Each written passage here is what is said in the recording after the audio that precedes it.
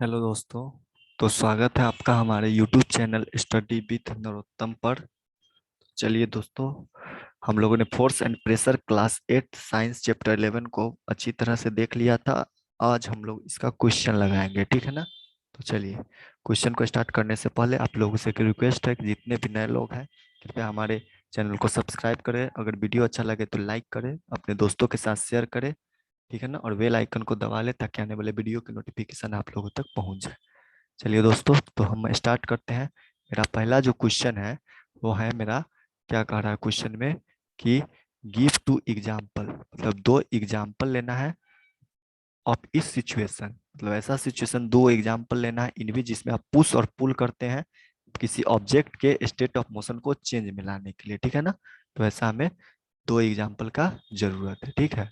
तो चलिए, दो एग्जाम्पल ऐसा आप लोगों को लेना है। तो क्या है, हमने सिंपल सिंपल लैंग्वेज में छोटा छोटा क्वेश्चन लिखा है, आंसर लिखा है, ताकि आप लोग को समझ जाए आ जाए, रटना नहीं पड़े। बहुत से बच्चे ऐसा करते हैं कि कॉपी या स्कूल में जो लिखा है उसको रट लेते हैं, बड़े बड़े आंसर होते हैं। तो वैसा नहीं करना है, छोटा छोटा है, आप लोग अच्छी से समझ लेंगे, खुद ब खुद एग्जाम में जाके लिख लेंगे, ठीक है ना। तो चलिए हम लोग स्टार्ट करते हैं। तो वैसा एग्जाम्पल क्या है, पहले पुश का एग्जाम्पल देना है फिर पुल का। तो देखिए, पुश का एग्जाम्पल क्या है कि एक हैवी बॉक्स है, वह रखा गया है, रेस्ट में है, ठीक है ना। पुश किया गया to move it from one room to another, मतलब एक रूम से दूसरे रूम में मूव कराने के लिए इसे पुश किया गया। This changes the state of motion of box, ये क्या करता है, मोशन के state of motion of box को चेंज कर देता है, रेस्ट से ला दिया ये मोशन में, ठीक है ना। इसी तरह एक प्लेयर पुशेस ए फुटबॉल यूजिंग हिज फुट, मतलब फुट, एक प्लेयर है जो पुश करता है फुटबॉल को किसके द्वारा, तो अपने फुट का यूज करके। This change the state of motion of ball, ये क्या करता है, स्टेट ऑफ मोशन, बॉल के स्टेट ऑफ मोशन को चेंज कर देता है, ठीक है ना। ये पुश का एग्जाम्पल। पुल का एग्जाम्पल फिर देखते हैं। Two example of pull force are as follows, मतलब दो एग्जाम्पल पुल फोर्स का क्या क्या है। Rope is pull draw water, rope is pull to draw water from a well, मतलब रोप जो है ये पुल किया जाता है, खींचा जाता है ड्रॉ करने के लिए, मतलब कि ऊपर लाने के लिए वाटर को वेल से, ठीक है ना, कुएं से। This change the state of motion of water bucket, ये क्या करता है, वाटर बकेट के स्टेट ऑफ मोशन को चेंज करता है, ठीक है ना। उसके बाद है एक drawer, a drawer is pull to open it, एक ड्रॉर को खींचा जाता है ओपन करने के लिए। This change the state of motion of the drawer, ये motion of state of motion किसका चेंज करता है, ड्रॉर का, ठीक है ना। चलिए, आप लोगों ने इसे क्वेश्चन नंबर 1 को समझ लिया होगा अच्छे तरह से। चलिए अब हम लोग आगे बढ़ते हैं क्वेश्चन नंबर 2 की तरफ। क्वेश्चन नंबर मेरा 2 क्या कह रहा है, ये रहा क्वेश्चन नंबर 2। क्वेश्चन नंबर 2 क्या कह रहा है, give two example of situation in which apply force cause a change in the shape of object, मतलब ऐसा दो एग्जाम्पल देना है जिसमें कि अप्लाइड फोर्स क्या करेगा, ऑब्जेक्ट के शेप को चेंज करेगा। Two example of force that cause a change in the shape of object are as follow, मतलब ये निम्नलिखित है वैसा एग्जाम्पल जो क्या करेगा, ऑब्जेक्ट के शेप को चेंज करेगा, मतलब वैसा फोर्स देना है जिससे कि ऑब्जेक्ट का शेप चेंज हो जाए, ठीक है ना। तो पहला क्या है, स्वीजिंग ऑफ ए प्लास्टिक बोतल चेंजेस द शेप ऑफ बोतल, मतलब जब हम प्लास्टिक बोतल को जोर से दबाते हैं, स्विच करते हैं, तो इसका शेप आप लोग देखते होंगे चेंज हो जाता है, ठीक है। दूसरा है deformation of clay by pressing it between the hands, मतलब हाथ से क्ले को दबाइएगा तो उसका क्या होता है, क्ले टूट जाता है ना, तो डिफॉर्म हो गया। तो ये भी एग्जाम्पल है जिसमें कि फोर्स के द्वारा शेप चेंज हो जाता है, ठीक है ना। तो चलिए, आप लोग इसे समझ गए होंगे। क्वेश्चन नंबर 3 की तरफ हम लोग बढ़ते हैं। आप लोग को समझ में आ रहा होगा, मैं आशा करता हूँ, ठीक है ना। समझ में आना चाहिए क्योंकि सिंपल सिंपल भाषा में हमने पावर पॉइंट में लिख दिया ताकि आप लोग को देखने में कहीं भी प्रॉब्लम नहीं हो, ठीक है ना। चलिए, फिल इन द ब्लैंक से अगला क्वेश्चन।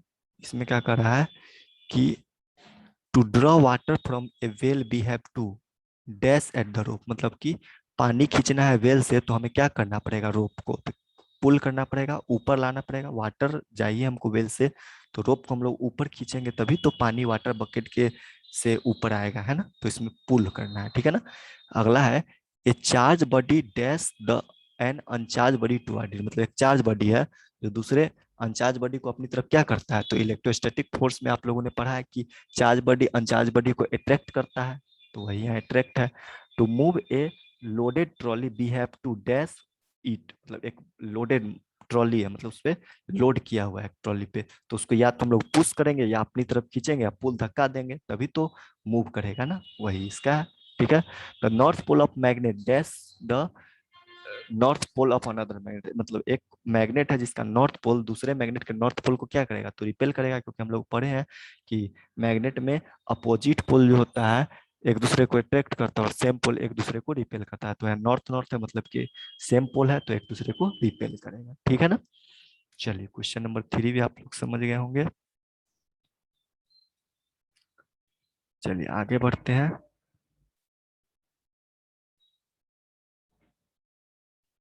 क्वेश्चन नंबर 4 की तरफ।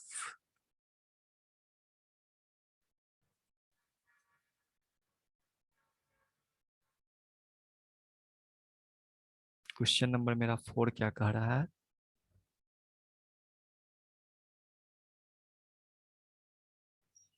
क्वेश्चन नंबर 4 देखते हैं। तो यहाँ क्या कह रहा है कि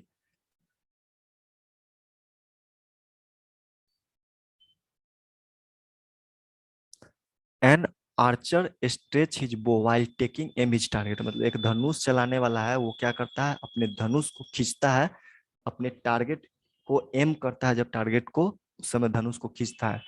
सी देन रिलीज द एरो, मतलब तब वो अपने धनुष में जो वो होता है एरो होता है, इसको हम लोग तीर बोलते हैं, उसको रिलीज करता है।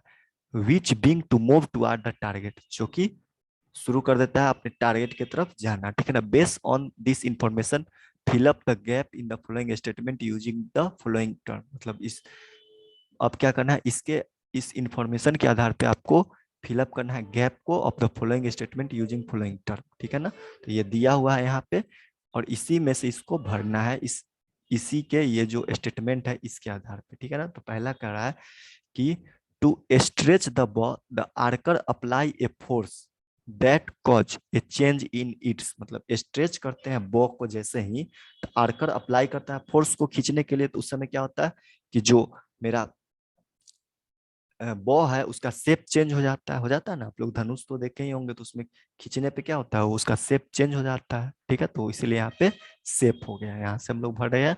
ठीक है, दूसरा the force applied by the archer to stretch the bow is an example. तो जब बो को हम आर्कर खींचता है तो कौन सा फोर्स लगता है, तो अपने मसल से लगाता है, तो इसलिए मस्कुलर फोर्स हो गया।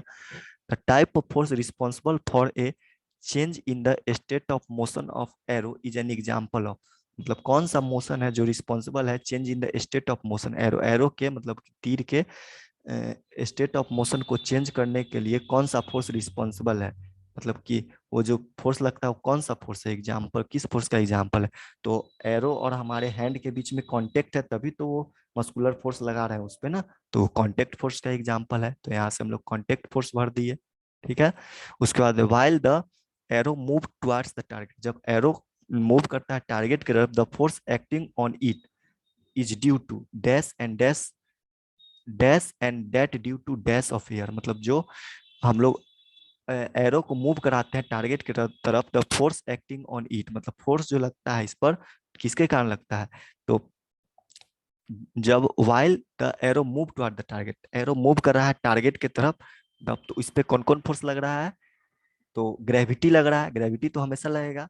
ठीक है ना, किसी भी चीज पे, और वह and that due to friction of air के कारण यह लगेगा। ठीक है ना, तो ये भी आप लोग समझ गए होंगे। ठीक है ना। चलिए आगे बढ़ते हैं क्वेश्चन नंबर 5 की तरफ।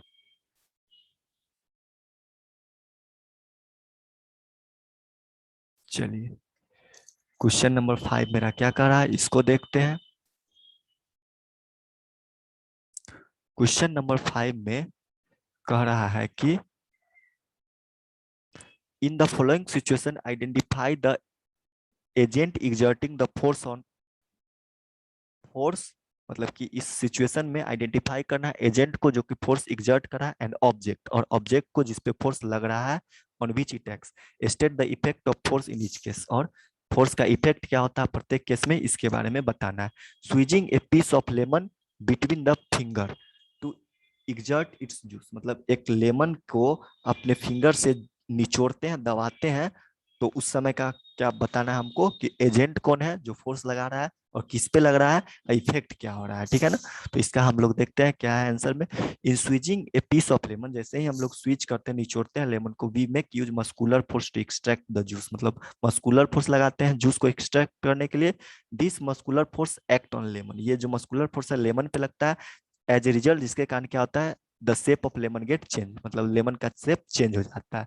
अगला है taking out paste from a toothpaste, मतलब कि पेस्ट निकालते हैं टूथपेस्ट ट्यूब से, तो इसमें क्या करते हैं, use muscular force, muscular force का ही यूज करते हैं to take out paste from a toothpaste tube, मतलब टूथपेस्ट ट्यूब से पेस्ट निकालने के लिए। This muscular force act on a toothpaste tube, ये जो मस्कुलर फोर्स है ये टूथपेस्ट ट्यूब पे लगता है। As a result the shape of the tube get change, इसके परिणाम स्वरूप क्या होता है कि शेप जो है ट्यूब का वो चेंज हो जाता है, ठीक है। तीसरा है a load suspended from a spring, मतलब एक लोड सस्पेंडेड है स्प्रिंग से, while its another in each on a hook fix on a wall, मतलब दूसरा इंड जो है ये फिक्स किया गया है हुक से वाल, ठीक है ना। तो इसमें क्या होता है देखते हैं, here the suspended load exert a force on A spring. अब सस्पेंडेड लोड है वो स्प्रिंग पे, जैसे आप लोग एक स्प्रिंग को देखे होंगे, इस तरह से स्प्रिंग है, यहाँ से इस स्प्रिंग पर से एक लोड लटका दिया गया है, ठीक है ना, तो यही बात है। तो here the suspended load exerts a force on the spring, यहाँ सस्पेंडेड लोड जो है ये फोर्स एग्जर्ट कर रहा है स्प्रिंग पे, एंड पुश मतलब इसे दबा रहा है द स्प्रिंग डाउनवर्ड, और नीचे की तरफ दबा रहा है। As a result spring get stretch, जिसके परिणाम स्वरूप क्या रहा है, स्ट्रेच हो जा रहा है spring, hence its shape get change, ठीक है ना, जिसके कारण इसका शेप चेंज हो जा रहा है, ठीक है। समझ गए होंगे, अगर समझ में नहीं आया तो कमेंट करिए, मैं तुरंत रिप्लाई दूंगा, ठीक है ना।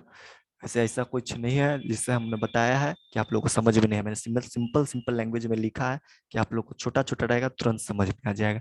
चलिए अगला डी में देखते हैं, an athlete making a high jump to clear the bar at a certain height, मतलब एक एथलीट है जो कि हाई जंप को क्लियर करने के लिए सर्टेन हाइट से उसको जंप करना है, ठीक है ना। तो इसमें क्या होता है, athlete push the ground, athlete ground को पुश करता है, दबाता है अपने फुट के द्वारा, his foot, his feel, his feet exert a muscular force on ground, उसका फीट जो है मस्कुलर फोर्स एग्जर्ट करता है ग्राउंड पे। This allow him to jump over the bar, मतलब ये अलाउ करता है बार को जंप करने के लिए। As a result his state of motion get change, जिसके कारण उसका स्टेट ऑफ मोशन चेंज हो जाता है, ठीक है ना। क्वेश्चन नंबर 5 भी आप लोगों ने देखा, अच्छा समझ में तो जरूर ही आ गया होगा।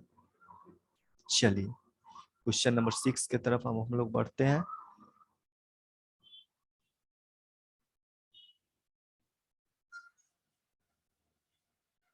क्वेश्चन नंबर 6 क्या कह रहा है इसको देखते हैं, यही है मेरा question number 6।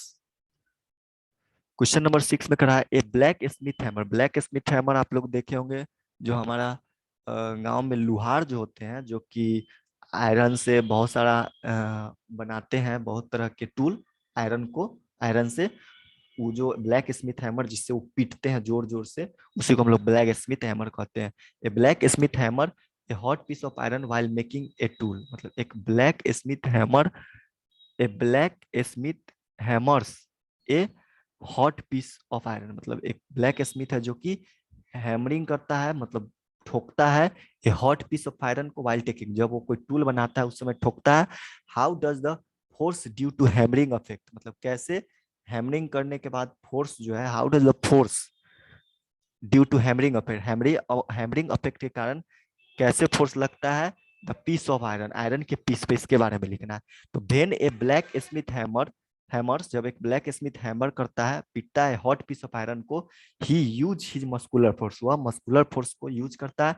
This muscular force change the shape of iron, ये मस्कुलर फोर्स क्या करता है, आयरन के शेप को चेंज करता है, so that it can be given A Dzire shape, जिसके कारण यह एक डिजायर्ड शेप दे देता है, ठीक है। तो समझ में आ गया होगा आप लोग को, सिंपल सा था। चलिए क्वेश्चन नंबर 7 में हम बढ़ते हैं। क्वेश्चन नंबर मेरा 7 क्या कह रहा है, an inflated balloon was pressed again a wall, मतलब एक फुला हुआ इन्फ्लेटेड बैलून है, उसको प्रेस किया गया वॉल की तरफ। After it can be rubbed with a piece of synthetic cloth, मतलब एक सिंथेटिक क्लॉथ से इन्फ्लेटेड बैलून को उसको क्या किया, रब कर दिया गया। उसके बाद वॉल की तरफ उसको प्रेस किया गया, वॉल के अगेंस्ट, ठीक है ना। तो क्या होता है, it was found that balloon sticks to the wall, यह पाया जाता है कि बैलून जो है चिपक गया वॉल से। What force might be responsible for attraction between the balloon and the wall, मतलब कौन सा फोर्स रिस्पॉन्सिबल है वॉल और बैलून के बीच में अट्रैक्शन के लिए, ठीक है ना। तो इसमें हम लोग देखते हैं, हम लोग ने, मैंने क्या आंसर लिखा है, on rubbing and inflated balloon with a piece of synthetic cloth, जैसे ही हम लोग रब करते हैं इन्फ्लेटेड बैलून को सिंथेटिक क्लॉथ से, इट बिकम चार्ज, ये चार्ज हो जाता है। A charge body attract uncharged body. अब हम लोग इलेक्ट्रोस्टैटिक फोर्स में पढ़े कि एक चार्ज बॉडी अनचार्ज बॉडी को अट्रैक्ट करता है। When this charge balloon is press against the wall, जैसे ही हम लोग चार्ज बॉडी को प्रेस करते हैं वॉल के against, it sticks to the wall, मतलब क्योंकि चार्ज बॉडी अनचार्ज बॉडी को अट्रैक्ट करता है, जिसके कारण वो चिपक जाता है। The force acting between charge balloon and the wall is electrostatic force, ठीक है। चलिए आगे हम लोग देखते हैं। क्वेश्चन नंबर हम लोग बढ़ेंगे कहाँ पे, 8 नंबर क्वेश्चन में। क्वेश्चन नंबर 8 में क्या कह रहा है, इसको देखते हैं।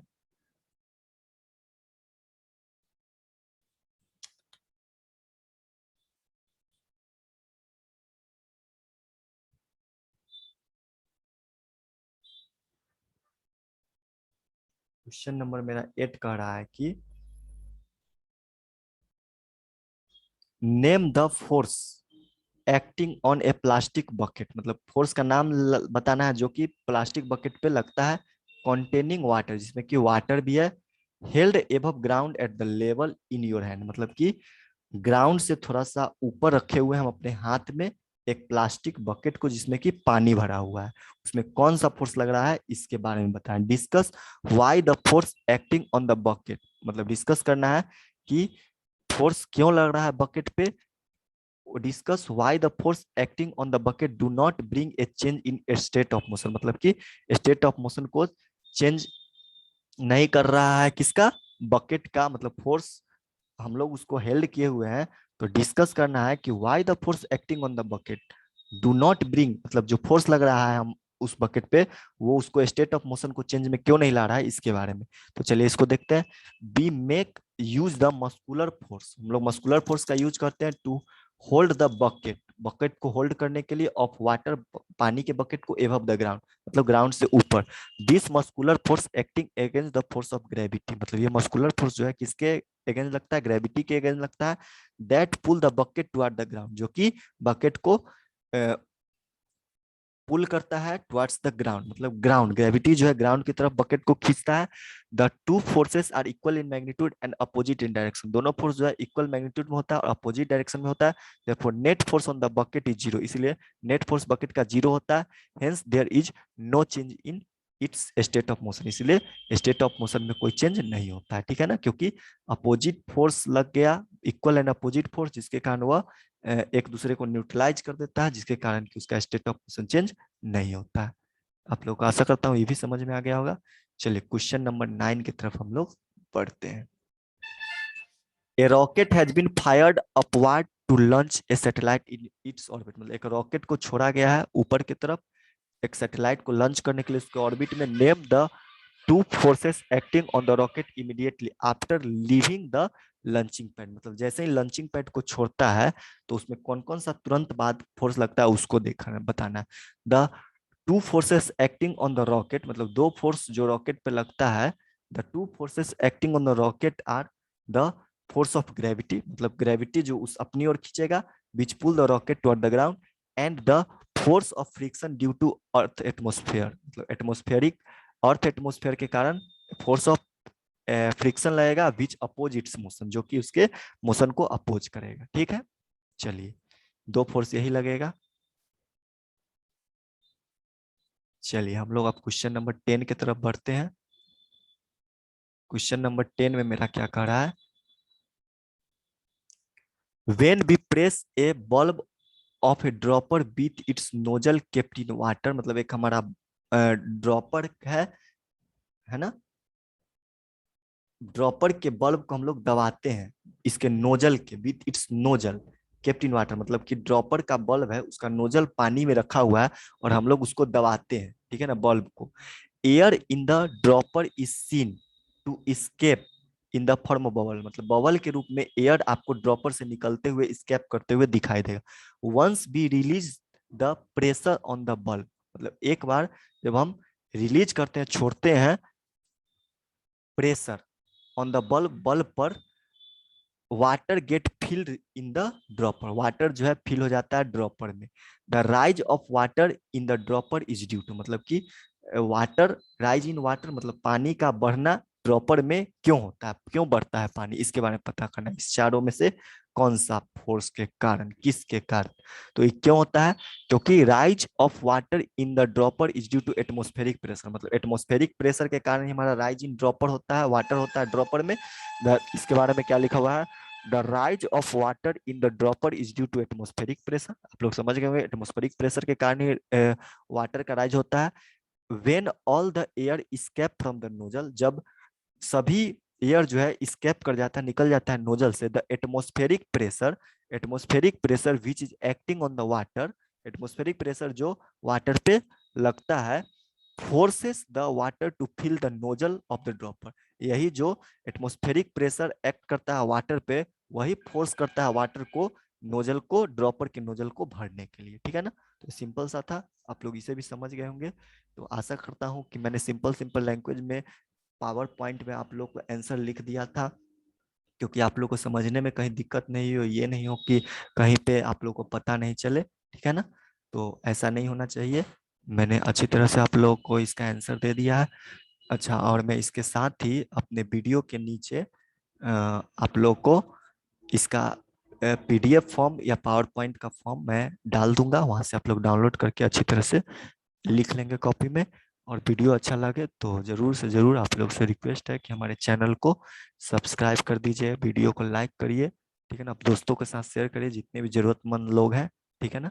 तब तक के लिए थैंक यू, फिर हम लोग मिलते हैं अपने नेक्स्ट लेक्चर में।